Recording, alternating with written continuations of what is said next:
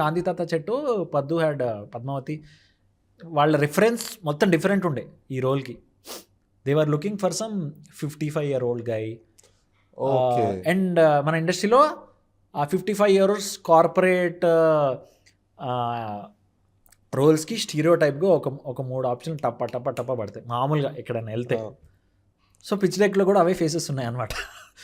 ఒక rich corporate guy suit వేసుకునేవాడు ఎలా ఉంటాడో మనకి ఒక stereotype. So then Padmavati got an idea to cast me, audition చేద్దాం ఎట్లా ఉంటుంది అంటే వాళ్ళ ఏడీస్ అంతా ఇలా చూసారంట.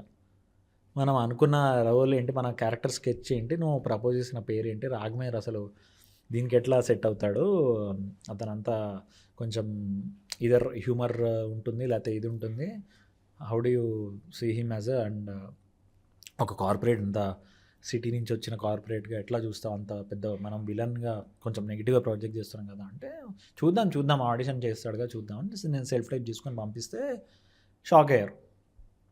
అంటే I added my own flavour, my own kind of humour, I gave it touch to it. And కొంచెం ఆడిషన్కి రీసెర్చ్ చేశాను అసలు వాళ్ళు ఎలా థింక్ చేస్తారు, కార్పొరేట్ నుంచి వచ్చిన వాళ్ళు ఆడిషన్. సో అవన్నీ కొంచెం బ్లెండ్ చేసి అది పంపిస్తే Padmavati was very very happy. అమ్మ నా ఇంట్యూషన్ ఏదైతే అనుకున్నానో అది right. And ADs were also presently surprise and I got casted. So మొత్తం క్యారెక్టర్ స్కెచ్ చేంజ్ చేశారనమాట.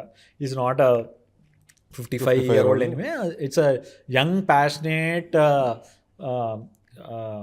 corporate a guy who's representing the corporate who wants to get the things done. See, Vadi, he's doing just his job anamata.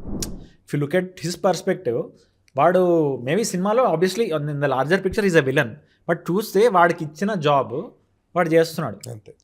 So corporate ఒక చోట పెట్టాలనుకుంటుంది, దానికి ఏం కావాలో వాడు సమకూరుస్తున్నాడు అంతే.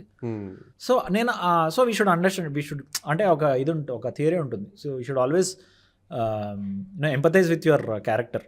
You should not judge, empathize. వాడు why he is like that, why he's behaving like that because of certain reasons, certain circumstances. So you understand that, then you will embrace that, then you stop judging it.